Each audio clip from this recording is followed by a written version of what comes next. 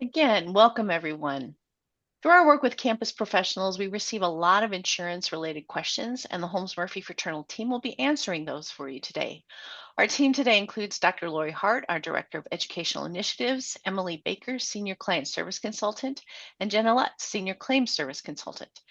As we get started today, could you please type your name, organization, and the role you play into the chat panel? We'd love to be able to see who's here and to welcome you. And with that, I'll turn things over to Dr. Lori Hart. Take it away, Lori. All right, friends, welcome to this program. This is our second year of taking the insurance messages to the campuses, and certainly I think your questions reflected that there are many questions about insurance and how it works. I want to create a little bit of a safe space today, and it's a joke and it's a safe space all at once. In the world of higher education, I go back and think about, okay, so I'm a Greek coordinator. I am a fraternity and sorority life person. I'm on the team. Like nobody in those undergraduate master's programs and or in your training really ever talked to you about insurance. And most of you probably have learned insurance through the lens of your chapter advisor, if you had one, when you were an undergrad. And several years ago, I was talking with a professional and he literally was like, I think I need to close my door. And I'm like, okay. So he started asking me, he's like, well, here's what I tell my students. And here's what I tell my students. And I'm like, no, no, no, no, no, no, no, don't say that at all. I'm like, where did you get all this content? Like, where's this coming from? And he was like, well, my chapter advisor told me this. And it kind of helped bridge this gap of where do we get information about insurance? And it's usually because of the whisper game and someone told you. So I do want this to be a space that you do ask all the questions.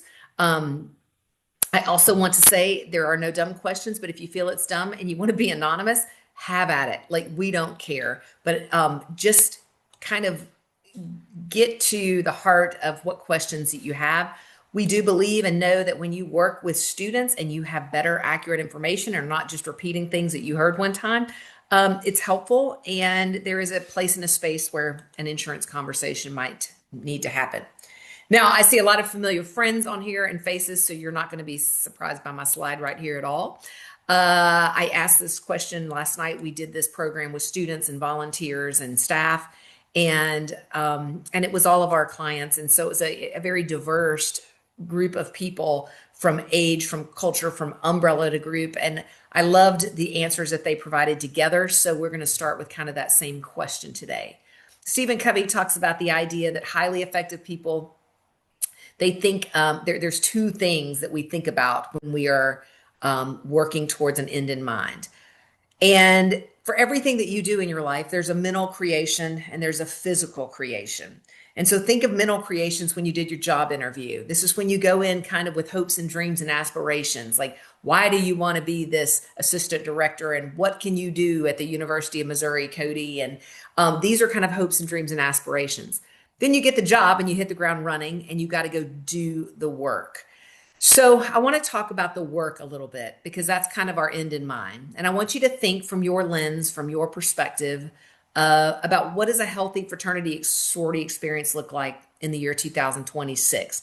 I think it's important when you do your work with students, when you do your work with staff, that you always kind of stop and remember what the actual vision is. My work with students in January and February, I will tell you, they ain't got much of a vision. Their vision right now is not to be suspended and to keep the charter on the wall. And that's not a vision enough. So I want you to think for just a minute about when you think about a healthy sorority fraternity experience, what are you trying to build within your communities?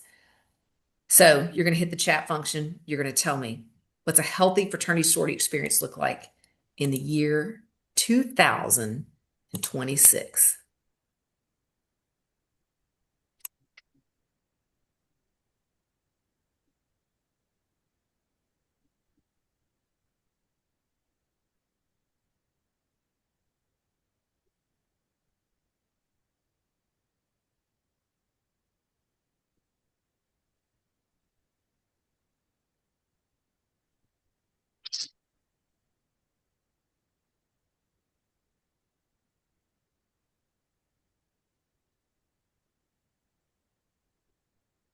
I'm going to wait just a few more minutes, y'all.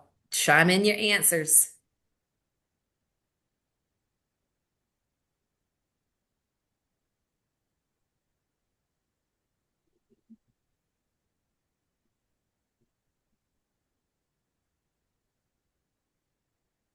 Mhm. Okay. I'm going to ask you all now to pause. And even if you are off camera, if you're eating, if you're somewhere and you're multitasking, I just want you to pause. And I think there's space to listen to the answers and really kind of hear from the collective body here. Alexis says, I would like for it to be a transparent experience. No undergraduates ever said that, but I think Alexis, yeah, that's a great answer. That we know that we're all telling the truth, we're all on the same page, and we do what we say we're going to do. It's a place where we do good for the community. They're a part of doing service work, philanthropy. It's safe, it's enjoyable. It gives them the information to make better choices. It's a balance between work and fun.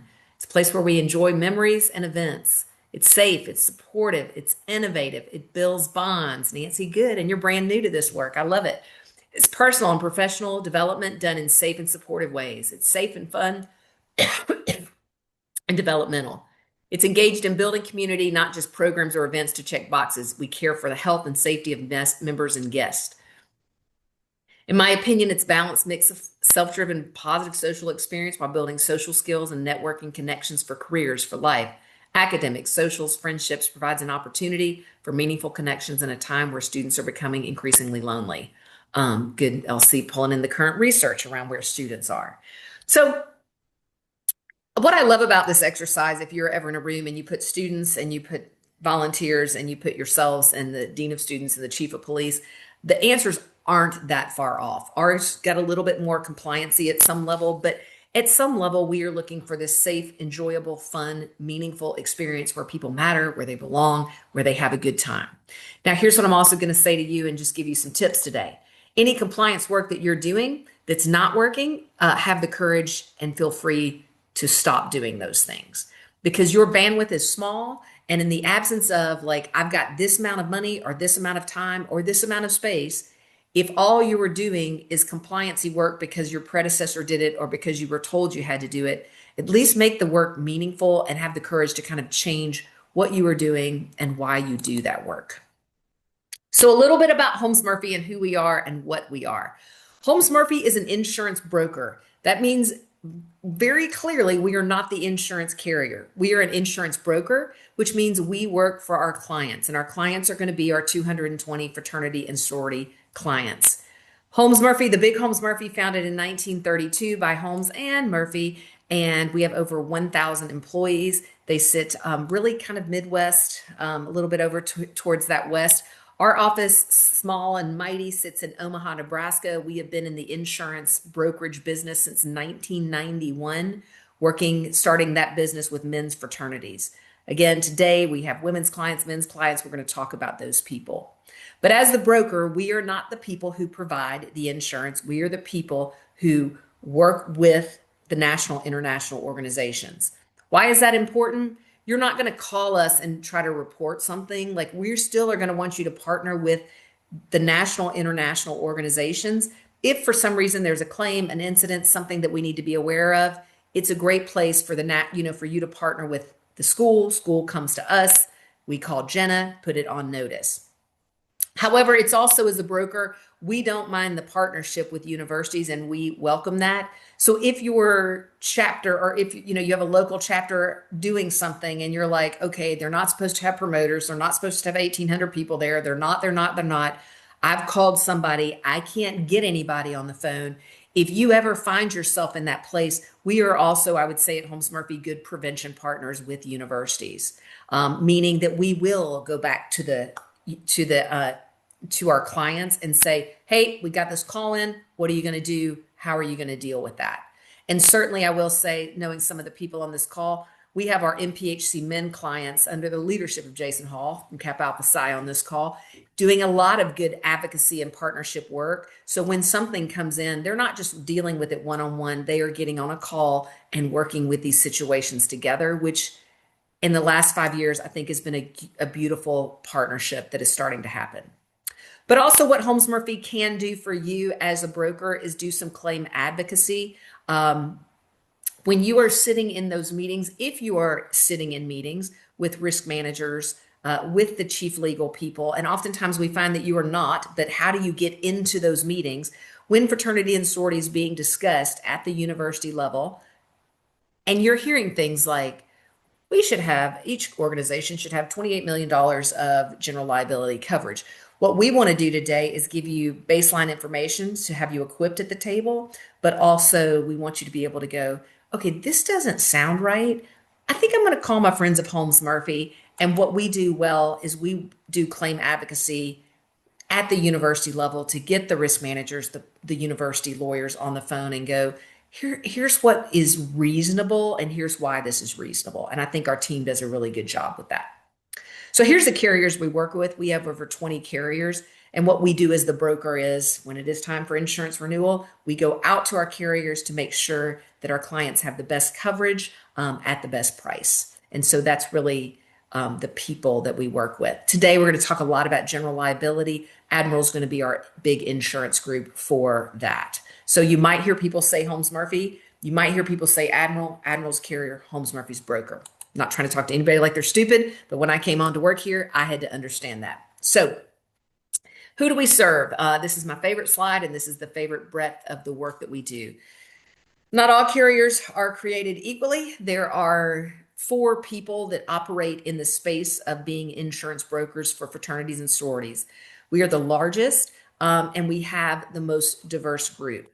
So for the sake of who we serve, I'm going to tell you when we hang up, we are going to send you a recording in a couple of days. We're going to have a cheat sheet handout there that we're going to tell you exactly who our clients are. So if that's what a lot of you had questions like, who are your clients? Here's kind of who our clients are. We have all of the NAPA organizations that we serve. We have all 9 of the MPHC organizations that we serve.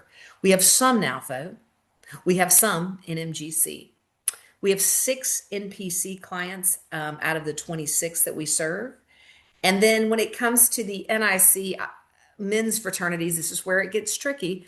We have some men's groups who are not in the NIC, but we have them, like SIGEP would be a great example of that. Not a member of the NIC, but a men's fraternity. We have general liability coverage for them. We have property coverage for them.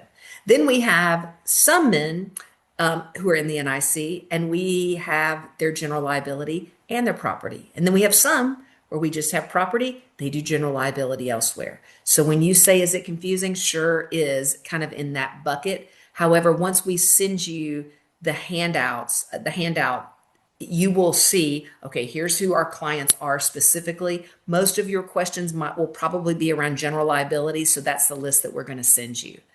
Amanda says, do you also serve those umbrella organizations as well, specifically NIC, thinking about the insurance they provide to campus-based IFC?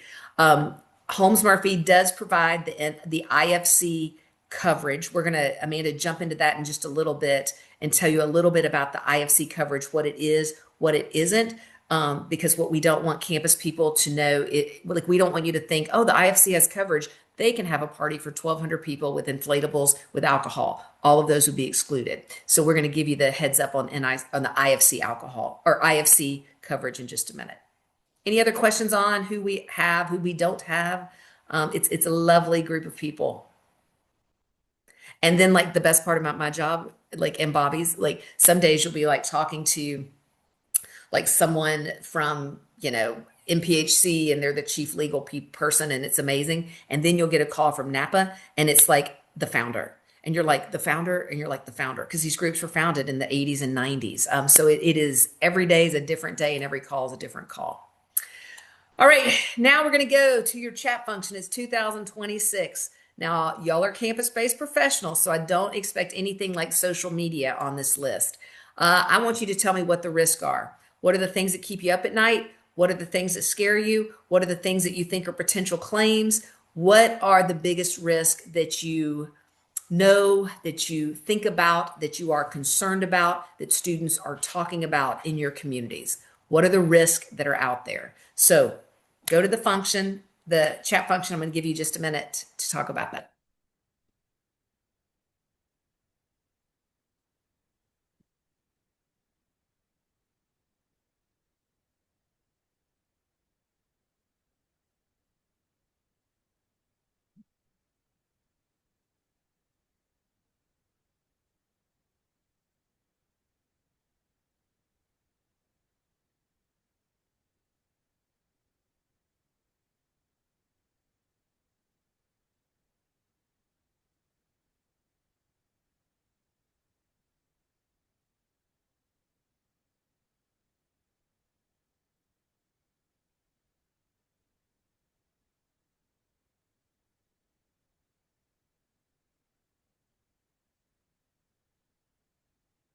All right, I'm going to read them. And again, if you're doing something else, pause to listen, pause to hear these things.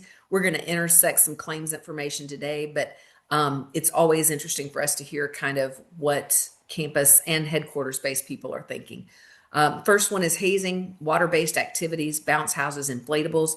I'm going to have to believe that Samantha's somewhere in Florida based on all of those fun things that we are talking about.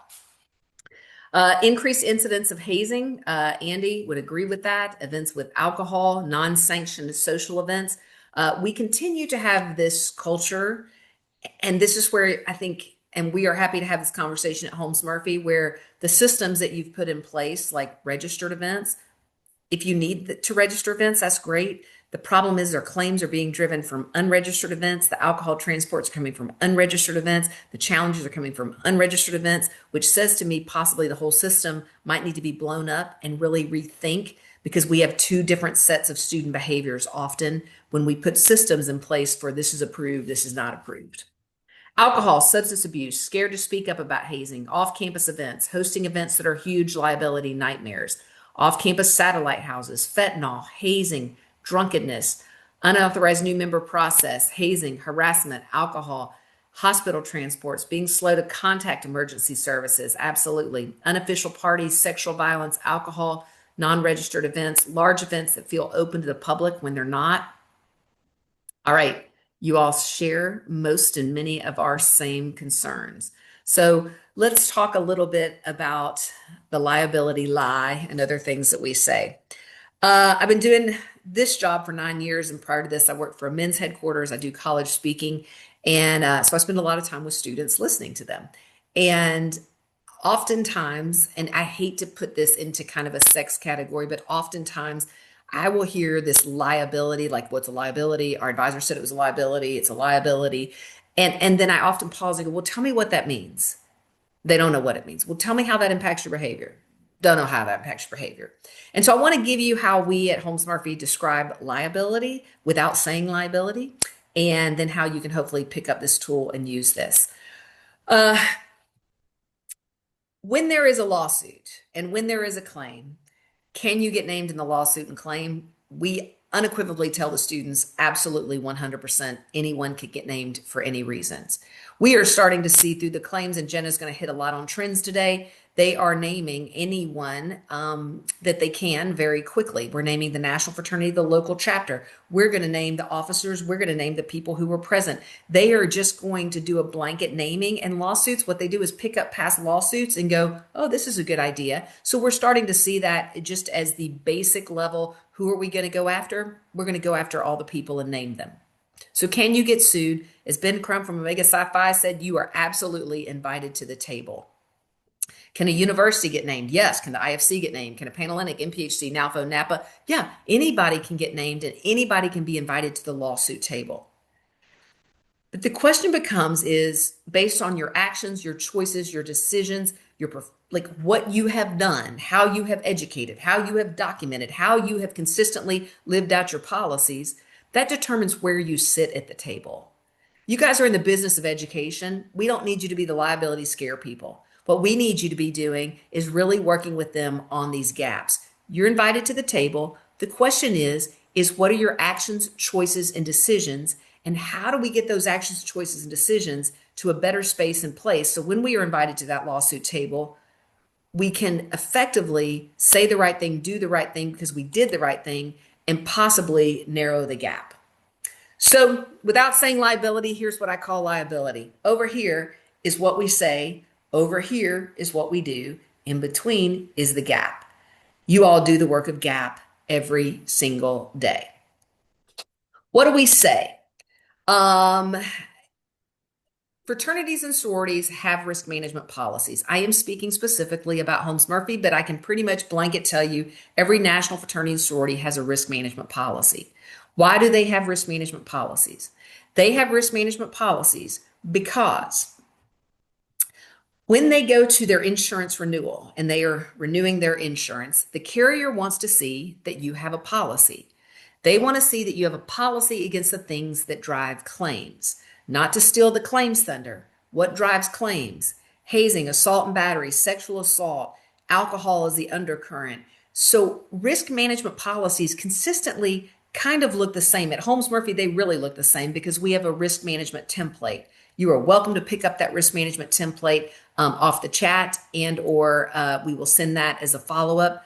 That risk management template was written using some policy experts, really understanding how insurance works, what we need to see at insurance renewal. And we work with our clients on, we really don't need you to go into committee here. We really just need you to use this template, and then let's go launch this work. So at insurance renewal, they show the risk management policy. Now, some of you ask the questions like, well, what is the policy? What are the up-to-date policies? If you want to have the up-to-date policies, I'm going to tell you to drive backwards to the NIC alcohol and drug guidelines. When the NIC, before there was the NIC alcohol and drug guidelines, there was FIPG. FIPG was industry standard. FIPG goes away in 2018, 2019. Replacing that, the NIC, there was a small group of us, there was 5 of us, and I was honored to be on that committee. We trolled through the alcohol and drug guidelines, and we updated them and made them relevant. If your councils are trying to put policies into their documents, some umbrella groups are okay with it, other umbrella groups are not. You need to be aware of that. But if you are looking for, well, I'm the Office of Fraternity and Sorority Life, I would like to have an alcohol social policy or an RSO policy. Those alcohol and drug guidelines are really a starting point. You will see that driven into our Holmes Murphy documents. You will see it through the NIC period. All it does, it defines alcohol, and then it tells you 8 ways around how to manage alcohol. For those of you who have policies right now that are 30 pages, 20 pages, I would dare say even 5 pages, what we've done over the course of decades is just add, and add. And the adding means that they're over here. They're happy when they have a thick policy because they can sit over here and worry about getting 72 waters versus the source of the alcohol. Our claims continue to be driven by the source of the alcohol. If any of us are going to do any of this work correctly, I'm going to challenge you to think about the source of the alcohol. These men who are dying, we're arresting and we have claims around hazing. I would dare say, though, the fix is not fixing hazing. The fix is fixing the source of the alcohol and the power dynamic with alcohol. So I challenge you, if you need a pep talk, if you need to go, what should I be focused on? Alcohol, alcohol, and alcohol. It is driving a lot of problems. And I will say for our umbrella groups, it's same and it's consistent. I know groups will say, well, we don't associate with alcohol. Well, somehow you did in the car before you got there because you had a handle. So this isn't a place, I think also you separate people out from umbrella groups and say we're going to have different conversations because our claims would tell you very, very differently. But the source of the alcohol is, for me, that is what we say, and that is where we are continuing to see problems because alcohol is driving the claims and it's the undercurrent. So your job is to work in the gap. Our job is to work in the gap. The national organizations is to work in the gap to narrow and to help students understand every choice and every decision and every prevention step that we take. We are narrowing the gap and therefore narrowing, hopefully, the liability. Insurance is built for accidents and insurance is built to make things whole again. You will get questions from students. Those questions will be, well, do I have coverage? Do I have coverage? Do I have coverage? You're going to learn a lot about that today, and you're going to learn that it depends on where the carrier is. At Holmes Murphy, it's safe to say that our coverage, for the most part, extends down to the undergraduates if they're operating in the scope of their job. So if somebody says to you, well, do I have coverage? Here's what I'm going to ask them back. Well, what were you doing? And if what they were doing was violence, right? If it was, well, I was beating the shit out of someone. No, that is not an accident. That's violence. If the incident was I was assaulting someone, no, that's violence. That's not an accident. Insurance exists for accidents and to make things whole again. Insurance travels with the group. I worked with a campus professional one time. He was like, well, I tell them that if it's at the house, it's covered. If it's not at the house, it's not covered. I only wish insurance was so beautiful and easy like that. It's not. Think of insurance as a car. So insurance goes out with you. We're going to the event.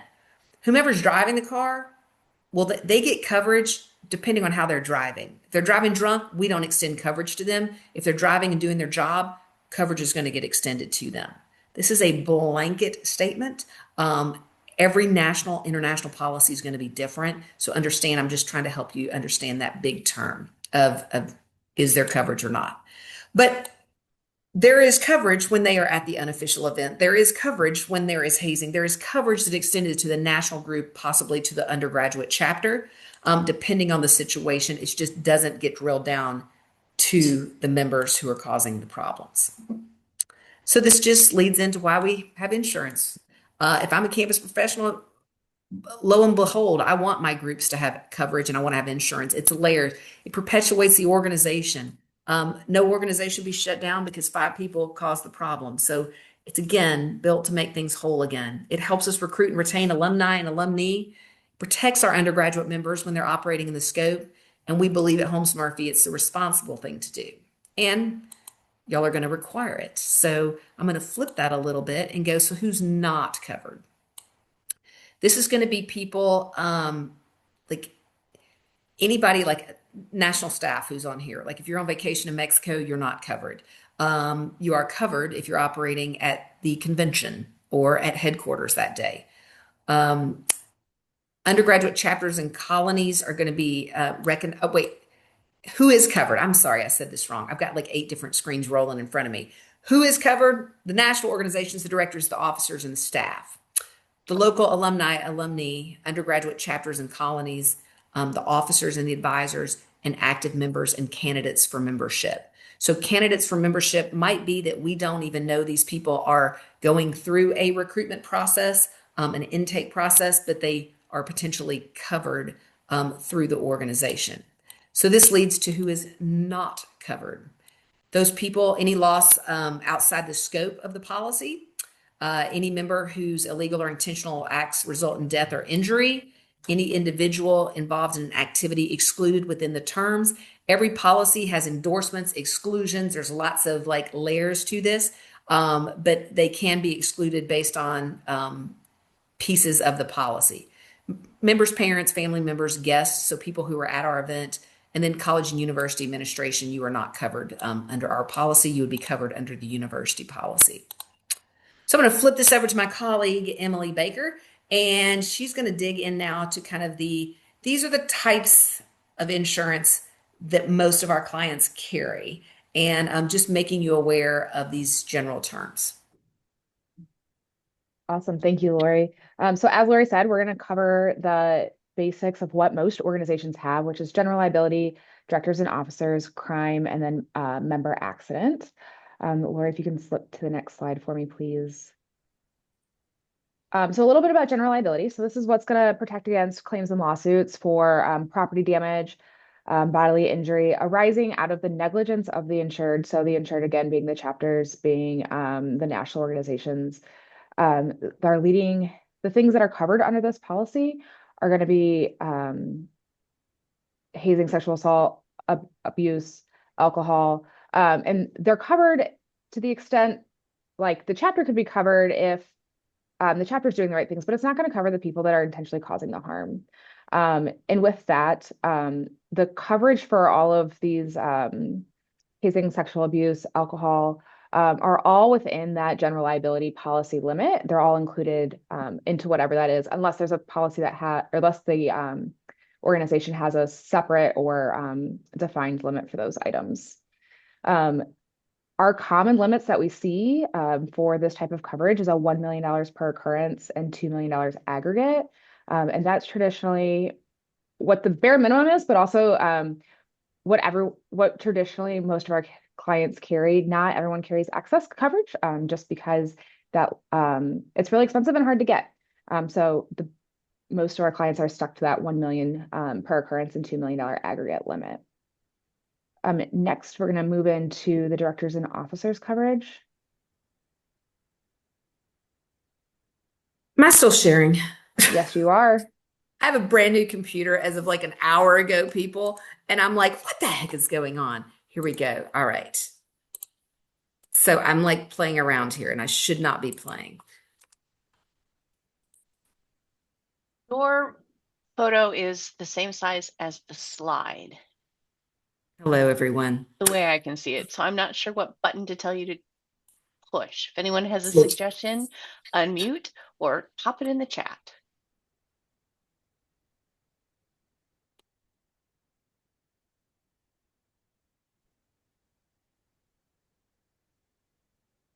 There, am I back?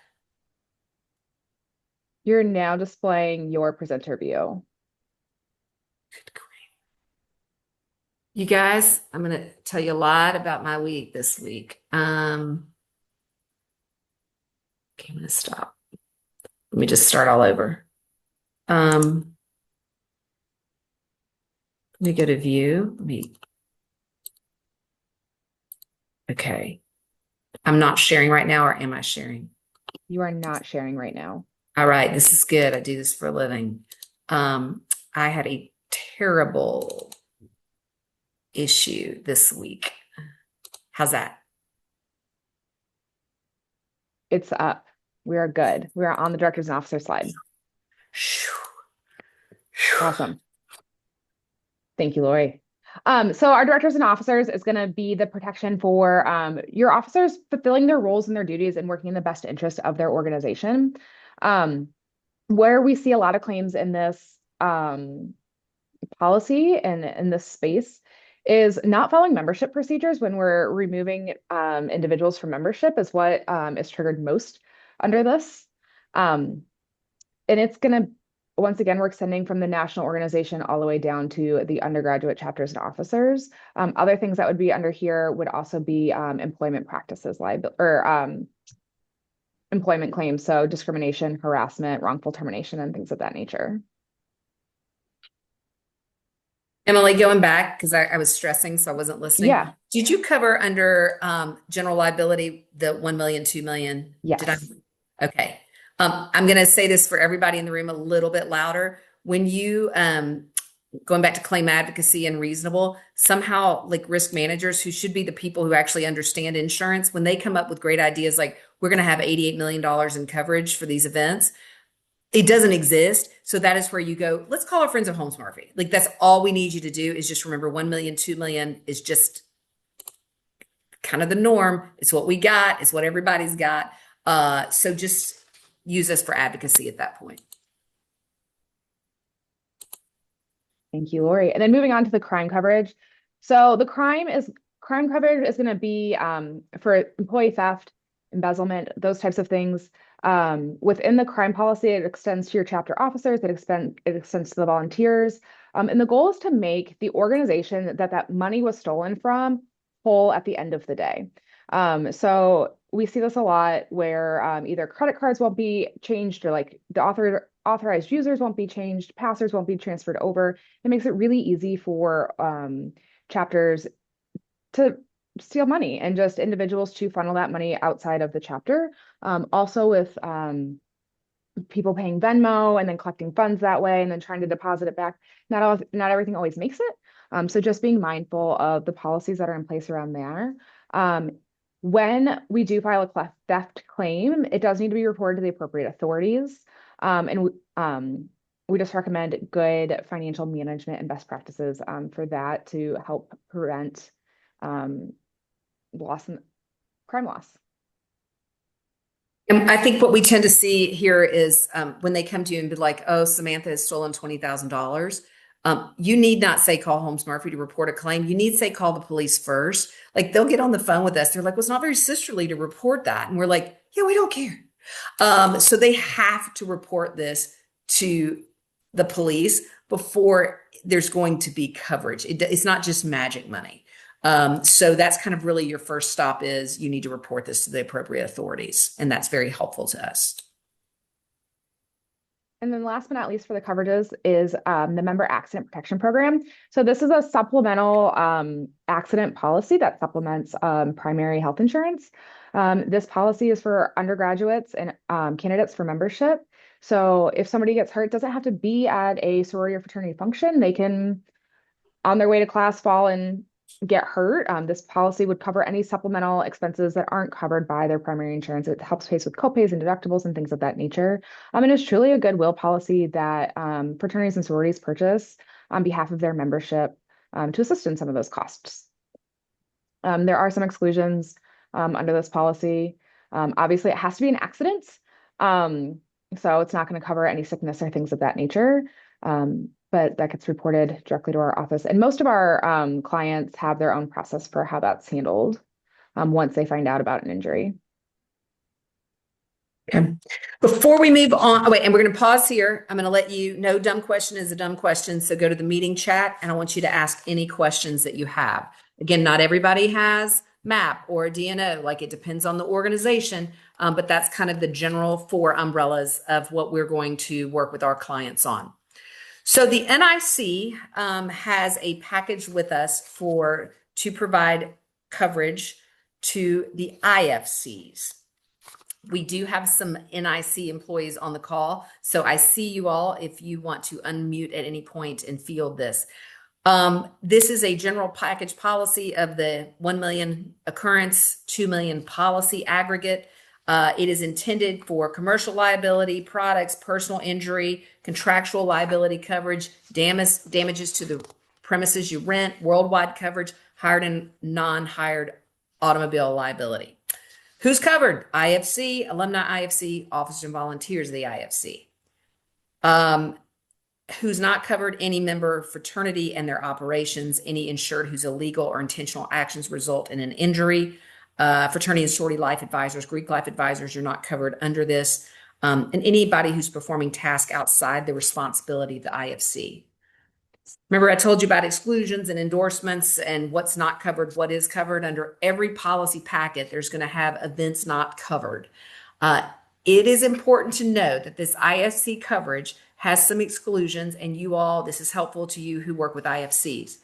Any event that includes inflatables, insurance people do not like inflatables. I'm not sure how it made it in here, but that's it. You can't have inflatables. Any contact sporting events. Right now, we are seeing a trend across the country of these fight nights that are popping up everywhere. There's organized groups, Fight for Suicide, Fight Against Suicide. There's one right now at Missouri that's happening if you want to, it's not hard to find. But these groups who are putting people in the ring and fighting them, if an IFC was like, we should have a man event and we should fight each other and we should raise money for Tom who has cancer, this is not covered. And I'm also going to say anything that's fighting, like, we need to stop. Like, mental health and fighting each other are not really, like, they cannot operate the same marketing strategy. So if you have any questions, I've dug deep into these fighting people. I've gotten in fights with them, literally verbal fights, email fights. And so if you start to hear these fight nights popping up, I know campuses, their strategy is like, well, it's not associated with the university. It's not associated. Well, it sure as hell is everybody on the leadership team is from your IFC Panhellenic or NPHC. If all the fundraising is going through the university, like, channels, like, y'all are getting very close to being associated with this event where people are being physically harmed, abused. And it's personal to me. I had a friend who was knocked out, a friend's son, and like, we'll never be the same again. These people are not equipped to be in a ring fighting each other. Becky, let's see. Does dodgeball count? I mean, I would not call dodgeball a contact sport per se. We would have to dig into. Jenna's like, I disagree. I don't know. Like, dodgeball, I would say that's when we're going to ask the question. I mean, because a contact sport, the goal is to not get hit, Dan. Okay, yeah, the goal is to not get hit. Thank you. I like the comments in the side here. So let's say if your IFC is like, let's go, we want to have a dodgeball. What you're going to do is work into your NIC channels, and then Dan, Todd, somebody's going to pop over here and go, what do you think based on the policy? So your job is really to be the eyes and the ears. Anything fighting related, it's not covered. Anything fighting related, it's just not good. Like, it's really not good. All right, other events that are excluded, slip and slides, similar water features, other events that are excluded, anything that involves the service of alcohol. We saw this surge where IFCs were getting this coverage, and all of a sudden they were becoming the IFC. They were like IFC party. They are not to be having events with alcohol. There is no coverage here. So if you're hearing IFC sponsored events, you need to dig deeper, because what is exposed is going to be those organizations who are sponsoring the event, essentially. And then any event with excess of 1,000 people, it's not covered. So if they're trying to have a fight night with 12,000 people with alcohol, you just now know that that is not covered. And then Dan, yes, the NIC is happy to discuss events with the IFC to help them understand and navigate how to do this work. I want to go up here with the fight night. Let's see. Any other questions? I saw a fight night comment. Lori, can I just add, when we see an IFC or umbrella organization brought into a claim, we often see it's because they had knowledge of maybe an individual organization's event that led to some type of matter. So was the IFC approving a theme? Was the IFC approving an event? Those are really things that, as a campus-based professional, you need to be considering whether or not that's under their duty and scope of what they should be doing. So I would just and I'm a former campus-based professional, and this is way back in the day. I am old, because when I think dodgeball, I think the hard, like I could hear the sound, and now my kids play with like squishy soft things. But I think, there was a lot of that. The NPC, the IFC, they would like approve other organizations' events to be hosted. And that's really a practice that should, in theory, not really be happening anymore. Agree. The more y'all are approving and disapproving events, the more you're sitting at the table. It is a good way to think about that. Blaine, I think good point. The fight night companies, they tell the chapters that there's coverage. That's what I love, is like, oh yeah, there's coverage, but nobody ever says, can I see the policy limits? That's what your next step back is can we see the policy? The fight against suicide, they said they would show me their policy limits. They didn't, then they did, then they fought me, but it's $10,000. And when you are in a ring fighting, I can assure you a $10,000 payout is not going to cover whatever's happening to you. So if you happen to be a fraternity man and all your flags are there and you're injured, who else are you going to come after? The national fraternity. So any of these things that you hear of, if you even will just pass it up to us, insurance brokers talk. Like, we are passing along active information. The NIC is a good partner in passing along information. So if all you do is go, let me work this up, and we start doing some networking, we don't tell clients what they can and cannot do. Let me be clear. We make them aware. We say, this is happening. Here's our concerns. You all have to make those decisions. We do not make those decisions for them. And oftentimes we do hear like, well, because Holmes Murphy said so, because the insurance carrier said so. We don't. There might be an endorsement and exclusion that might be a must, but for the most part, they make their own rules and policies. All right, Jenna, Lori, Thunder. Yes. Can I say one other thing on that you just touched on, regarding the insurance policy not commenting on events or activities that chapters can and cannot do? A lot of it reverts back to their risk management policy. And there's endorsements on the liability policies that will say, like, your chapter needs to be following your risk management policy. So if there's something in there that would specifically exclude an activity, that's also another place where you might find some of that. Yep.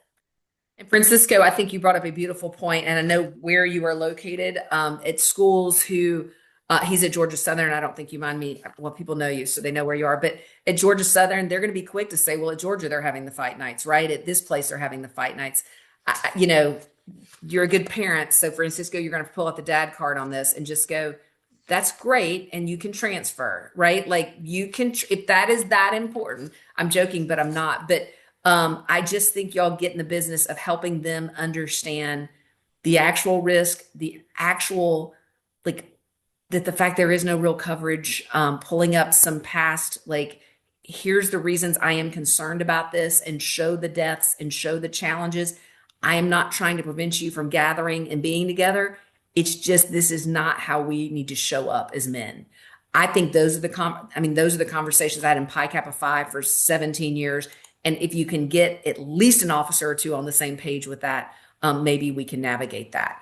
Also, sometimes if you need to pull, pulling the, hey, we're going to we're going to pull Holmes Murphy and the NIC in just with this conversation because I was on this webinar, and let's get a different perspective. Anybody on this, like, we would be happy to have that 30-minute conversation just to provide some perspective to the IFC. So nobody's telling you no, but we are going to make you educated on it. And Emily, yes, philosophically, once people know your philosophies as a campus professional, and I know you well as well, once they know the philosophies, then they make better decisions within those philosophies. No amount of harm can be outweighed by philanthropy dollars raised. If that is said constantly, then that helps how people are making those actionable decisions. All right, Jenna, now let's talk about the claims. Okay. So these claims are going to be based off our general liability. So I know we touched on different lines of insurance. So this is going to be what we're seeing most often reported within the general liability. So you can kind of see here when we talk about claim frequency, number and types of claims that we're getting, assault and battery, hazing, sexual assaults, those tend to be the top three. And every type said this, every time I do these and I run the claim stats to try to see, like, has this shifted anymore? It really hasn't. These consistently are the ones that we see most often reported. What these numbers don't tell you is what is the story behind why these claims are happening. The majority of our claims that we get across our desk that involve property destruction, fall from heights, hazing, assault, battery, slip and falls, typically the underlying story there is alcohol is involved. So that is something to just continuously be talking to your students about, is the safety around alcohol, their consumption around alcohol, and events with alcohol, because this is why we're seeing claims typically be reported. Doesn't mean that it's necessarily associated with all claims, but a majority of our claims, alcohol is involved. When we take a look at how much are we paying out on these claims, you can then see that the pie chart shifts a little bit in terms of hazing is still what we're going to be paying out the most on. And when we talk about our hazing claims, that can range from a death. It can range to somebody being severely injured, to where they can no longer move their body for the rest of their life. It can just range from, within hazing, we often see in those lawsuits, bullying, intimidation, mental health anguish. So we're paying out for potentially any of those types of medical bills as well. So we often, that tends to be the large payout there on severity. And then same with assault and battery. You can see sexual assault, we're paying out on those claims as well. Had a really good question the other day about, like, well, who all is involved in a sexual assault claim? To go back to that, the table, anybody can be brought to the table. So if an alleged sexual assault is happening within a facility, that housing corporation could be named, that national organization could be named, individuals could be named. It just kind of runs, and then maybe even a national organization for, let's say it was a member of a different organization that was allegedly assaulted, like that organization could be named. We literally see everybody being brought to the table. So I think it's really important to kind of understand that context too. So when you talk about, like, well, how come the other groups can't do it? You could probably Google any type of event that you're looking at and then see if there's news stories around it, and what's happened. I want to reiterate, there is not coverage for individuals who are committing maybe an act of violence, or if there's an individual that maybe is allegedly has sexual assaulted somebody, there's not going to be coverage for that member because that was an act of violence. But there's likely coverage for the national organization, the housing corporation, if they are named. So I think that's important to understand. And then obviously as campus-based professionals, you can look at a couple recent news stories where people are getting arrested very quickly, very fast. So those are kinds of the educational tools to just use as well. Like, is it worth it? At the end of the day, is it worth it?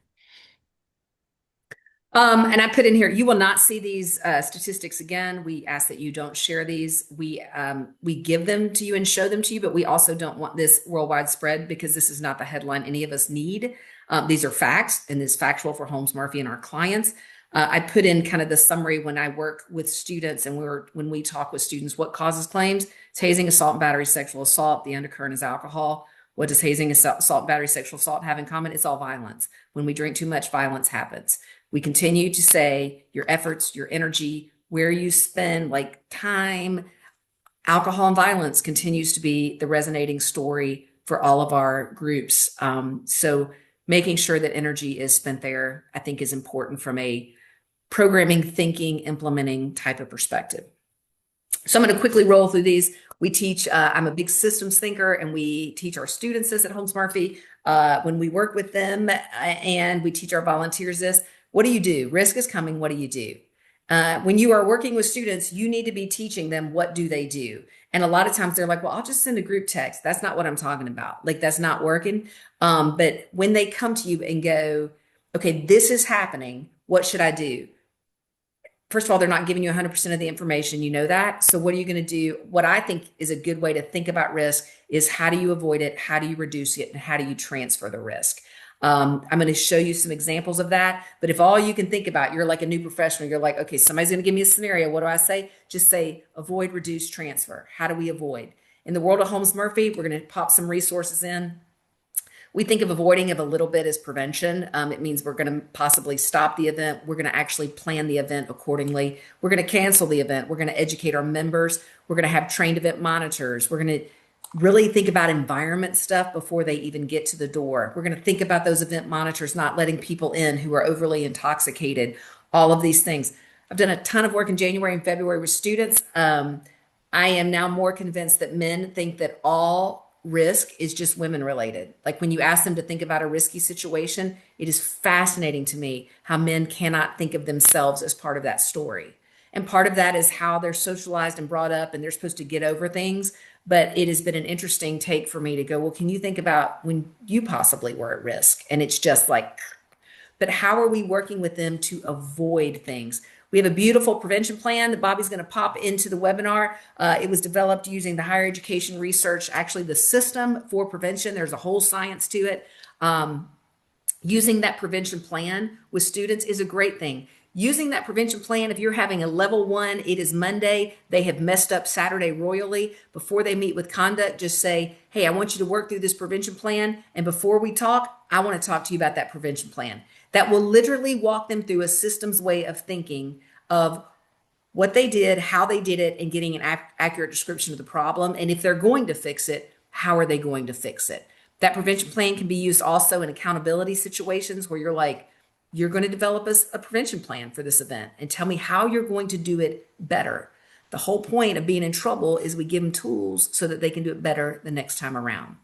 But prevention is really the work that you all do. Sometimes that might mean you pick up the phone and call the headquarters, might mean you call the university. It might mean that you go, I don't know who to call. I'm going to call that lady at Holmes Murphy who can't use her Zoom correctly today. But sometimes the avoiding is just like kind of doing this. And we have stopped. Like, I have watched, I'll give kudos to the MPHC men's groups, man. I watched a group, they called me, they didn't know who to call. I made 2 phone calls and 2 emails, and man, 4 people were on cease and desist. As a university professional, you cannot cease and desist. Let me insert that. Need not take that advice. But at that level, the headquarters, they can cease and desist and have that authority. So I've watched stuff like that was big and egregious stop pretty quick.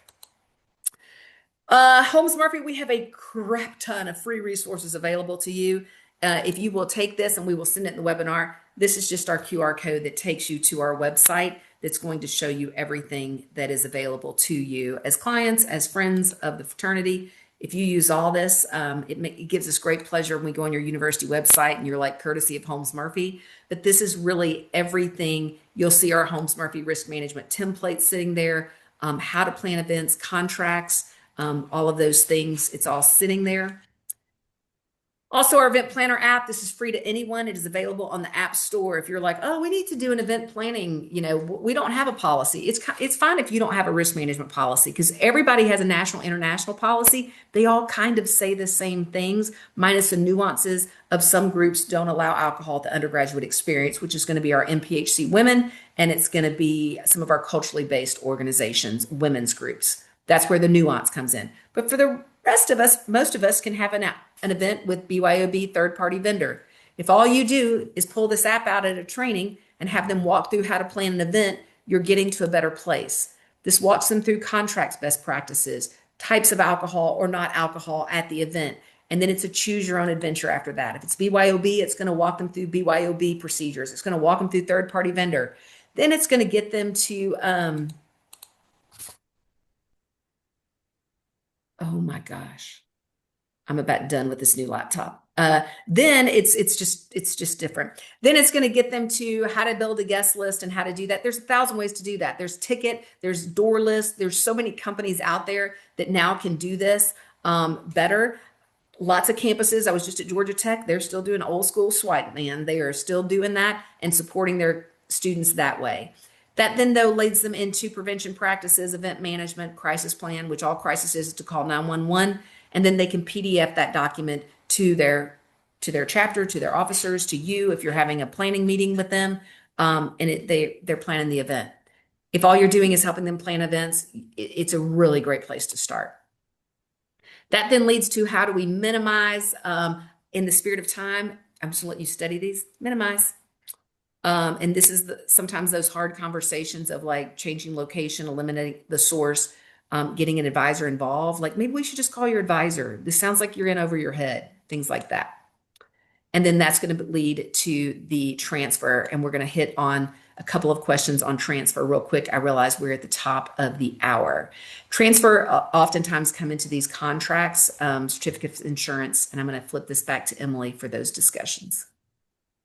Yeah, so a great way to transfer is to sign a contract with your venue and transfer the risk from the chapter to the venue. With that being said, a lot of times venues are like, we're going to transfer that back to the person renting the space.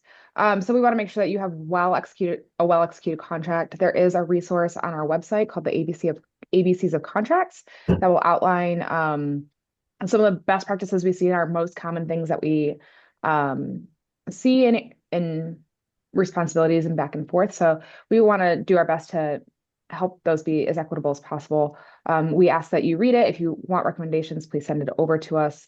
But the big things to look at are, can you meet the insurance requirements? Are they equitable? And is the right person signing the contract? And is it executed in the appropriate name? So is it in the chapter's name versus the chapter president's name? Is the appropriate person signing on behalf of the organization? And then moving on to certificates of insurance. So there's a certificate of insurance that will show proof of a chapter's coverage or of the entity's coverage. And then we can add somebody as an additional insured. So this is not additional insurance. This is adding coverage to a third party for the negligence that would be caused by the insured on the policy. Every organization has their own process for requesting that certificate. So I know a lot of times universities will reach out to Holmes Murphy and say, provide me all these certificates. And a lot of times we're either reaching out to the national organization and requesting approval for those certificates, or we're responding back and saying, hey, like, please reach out to the chapter. The chapter needs to follow their certificate request process with their national organization. And we're getting the directive from the national organization. So we facilitate that as quickly as possible to either let you know where that request needs to go or reaching out to the national organization to get those approvals. Emily, let me ask a practical question here. Universities often require these certificates of insurance. It takes energy, efforts, and time. Students scurry around. Then you're like, hey, can you give us all this stuff? We have to go back to the nationals. Statement, and you need to hear the statement. It is safe to assume if the chapter is operating, they have a certificate of insurance. Yes. You don't really need to see that thing. They get it gets buried in like documents that we must see this every year. You just assume they have coverage. So you really don't need to see that COI unless somebody buried that into a document that you required 5 years ago. So you can trust the process. If your chapter is operating, they have coverage. Just a thought. Oh, and the last thing I'll say is we don't get certificates of insurance typically until right before the renewal date. So all these requirements of like the chapter can't operate if they don't have this 30 days in advance. We're not getting information that quickly. We get policy numbers and the renewal information typically the day before from the carrier. So we're processing those requests as quickly as possible, but sometimes it might be a day or two. But we process those as quickly as possible. It's the additional insured part. Yes. So in some situations, it's the additional insured part that isn't always there and the university wants verification it's been added. Yes. That is great. And some people just want a COI and we're like, okay. But just assume that it's there. Okay, we are at the top of the hour. We ran out of time. We have answered most of the questions that were submitted. We're going to pause. And Andy says, this is great information. As an insurance professional, this has been very helpful. As a board member of a national organization, thank you for all the good together. Thank you, Andy. I appreciate that. Thanks for having your camera on. I like Elsie. I appreciate you having the camera on. I'm just kidding. Hey, Matt. I like all these people with cameras on. It makes it a little bit more enjoyable. We're going to pause here. We're going to also say the social norming works. It is a research-based, evidence-based process. Michigan State has a social norming group out there, and best practices sit there at that social norming institute. If you are not norming that they need to call 911, please start doing that. I appreciate y'all norming that you have amnesty. I don't really care if you have amnesty or not, because when somebody needs 911, amnesty is not really the thing that needs to be coming to people's head. We are not telling students to call 911 enough, quick, and fast. And if you're watching videos come out today of local thing or yesterday, we're getting students who are being belligerent to cops about stuff. Like these students are mirroring, I think, some of the challenges going on in the world, but we need you to be the good people mirroring, do the right thing, be the right person, call 911. Research says until they hear it 7 times, they're not going to believe it. So make sure that the messaging is not just we have amnesty. The messaging is call 911 for people who need help.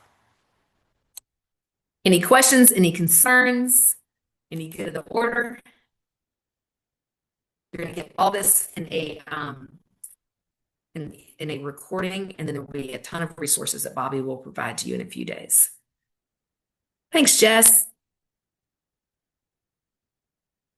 I see Jess clapping, and I think Ole Miss has just lived through some of the most horrific campus challenges that we've seen. If you find yourself like, oh gosh, a snowstorm is coming and it's 28, inches of ice coming our way, we are communicating with clients, local housing boards. Like, we called at Holmes Murphy every single housing board at Ole Miss to say, drip your water, or whatever we told them. That wasn't my job. So if you find, though, that you're like, holy crap, this is coming, and if you're like, I think I'm going to call the brokers and see what messaging has gone out, that's also a good place to partner as well, because we can share with you. And Bobby, let's think about that from an educational lens, maybe copying the campus professionals of information that we're sending, just from the lens of good information, because we do know y'all are doing the work, we're doing the work, but collectively, we always do better together. So, just something to think about. All right. We will stay on and answer any questions that people have. And otherwise, you're free to go and have a beautiful day.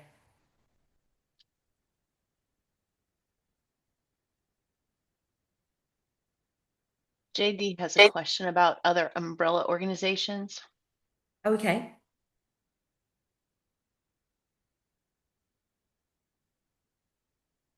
Did I get cut off? Hello, can you hear me? Yes, we can. Hey, Lori, quick question. Do you know if other umbrella organizations provide insurance outside of IFC? And I think MPC does. But do you know if any other of the groups you mentioned? NPHC does not. I can tell you that because I've been in conversations about that. I do not believe the other organizations do. Is Jenna still on the phone? Does NPC? I think MPC does have a program that's administered through MJ, but I don't know for 100% sure, but I'm pretty sure they do. Yep. And JP, which group are you specifically? Are you asking for MPHC? Because I'm going to give you a handout if that's the case.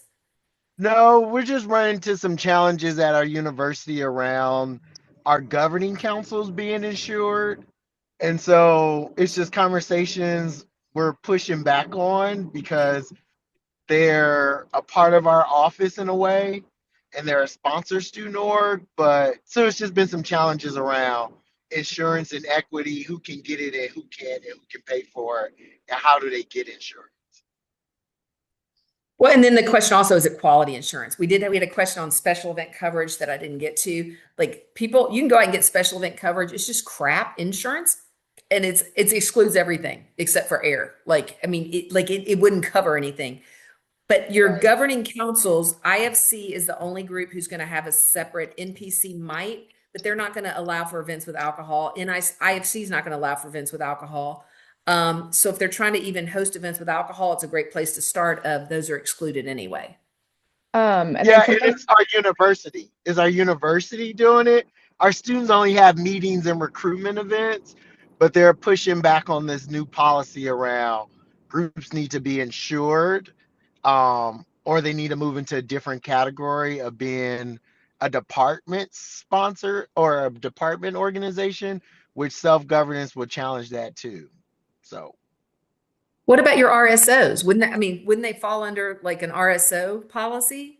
Like, how do so they? because So RSOs, since they have a national headquarters, they're considered affiliated student orgs. And so that's why we have to get their certificate to prove that they have it. But our governing council officers, because they're members of fraternities and sororities, they don't want to cover them. And so Or their insurance is staying. our university has coverage for student organizations, but that coverage they got excludes fraternities and sororities, which is fine because all of our national organizations have coverage, that sort of thing. But they're counting our governing councils as fraternities and sororities because they're made up of members of it, even though they don't participate in the activities that you would want for fraternities and sororities to have coverage for, you know? Thank you, Kelsey. Yeah, that would say to me that we need to have coffee with the people to help them understand that point. Like these are not these. I'm trying to think of another example outside of us. It's a nuance, right? Like it's a total nuance, but they getting individual coverage for a group like that is going to be very expensive. I mean, they could not afford that. Correct. That's what we're saying as Yeah. well. And they are Oregon State. Like they're not Oregon State because they are sponsored by our office and work with the advisors in our office. So What about what about your other partners at similar type institutions? Have you partnered out there to say how is their Office of Risk Management doing this? and so I think some of this is coming from somebody attended something in California and then they're changing our policies based on that. But it's like a small subsection because I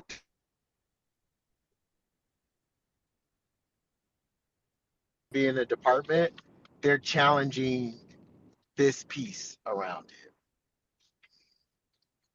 I know it's a little confusing, but No, it's just I don't know if there's a product.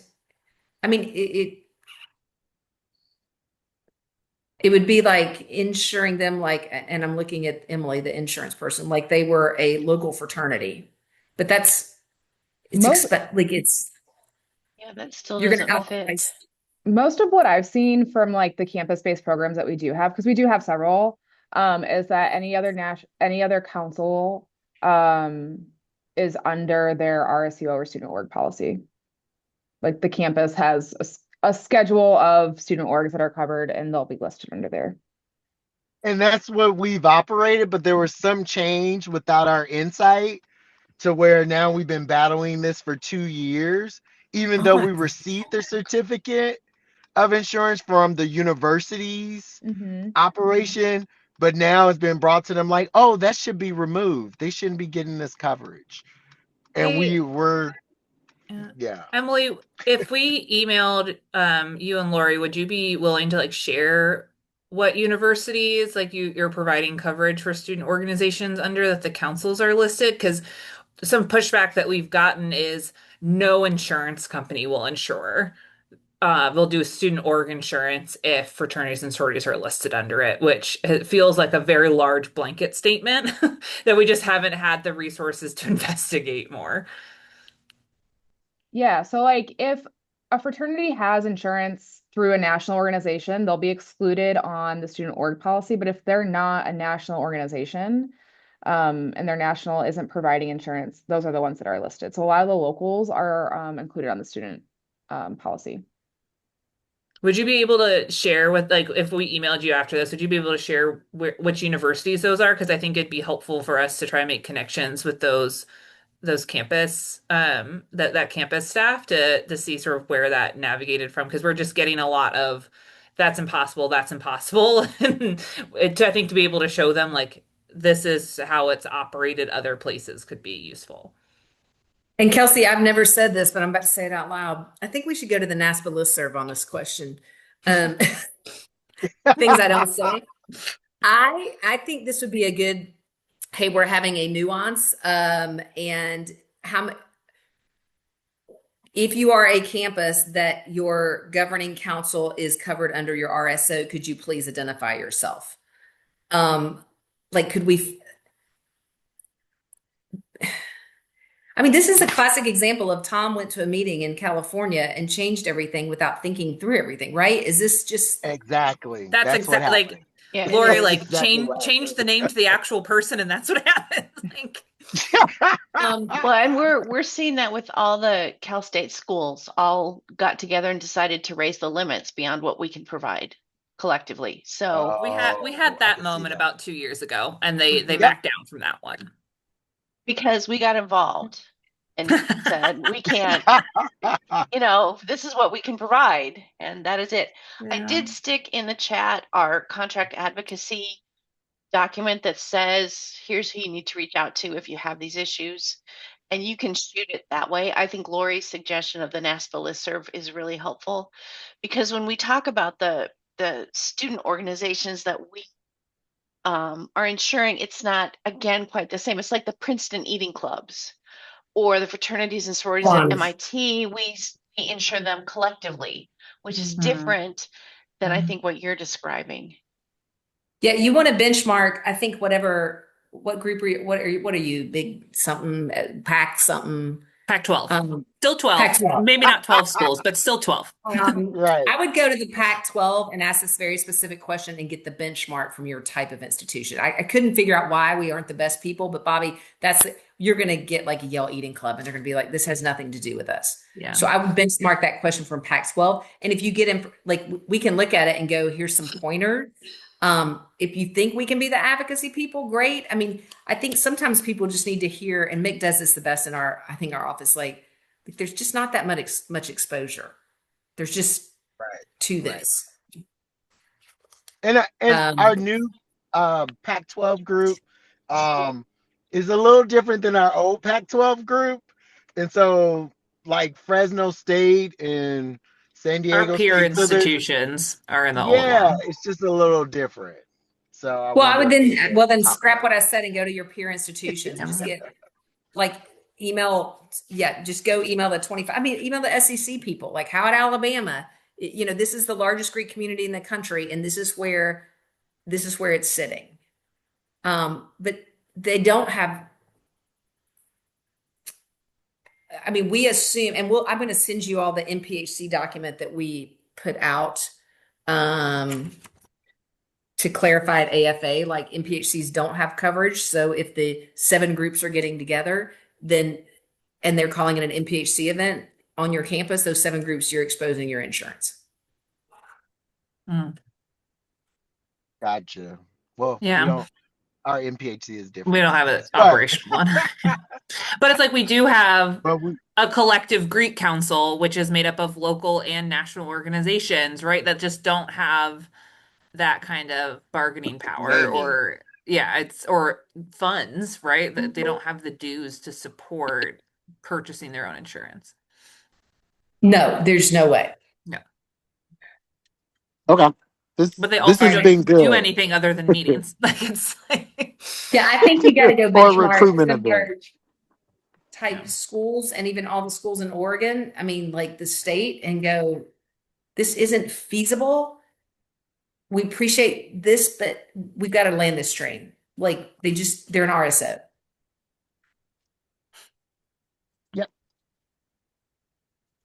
Okay, that was most helpful. And I know y'all are like, you don't think we've tried that. I know you've tried that, but maybe the benchmark piece. Sometimes coming from an actual insurance broker, sometimes get people to think rather than it's just, Oh, well, you're just saying that because they're your groups that you work with. Yeah.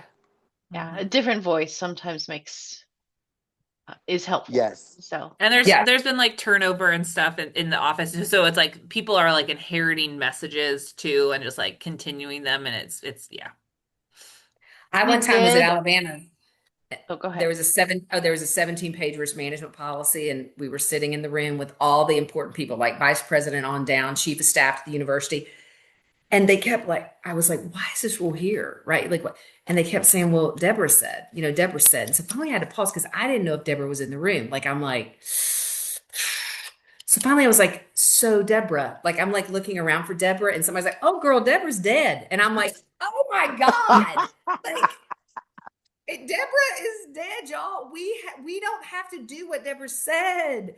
So Kelsey, to that point, it just keeps getting passed and passed and passed, and then it's like, okay, Tom is dead. But I think benchmarking, I do think throwing it on the NASPA listserv is, where are your governing organizations? Are they an RSO getting coverage, or how are you handling that? Just because you never know, you might find the expert out there like, oh yeah, here's how we navigated through that, and that's the person you want to talk to. Totally. That's helpful.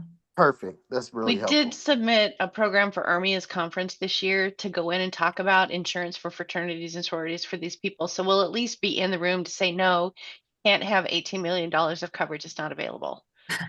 And yes, you should cover your governing umbrella organizations on your campus, the local ones. We'll tell them that.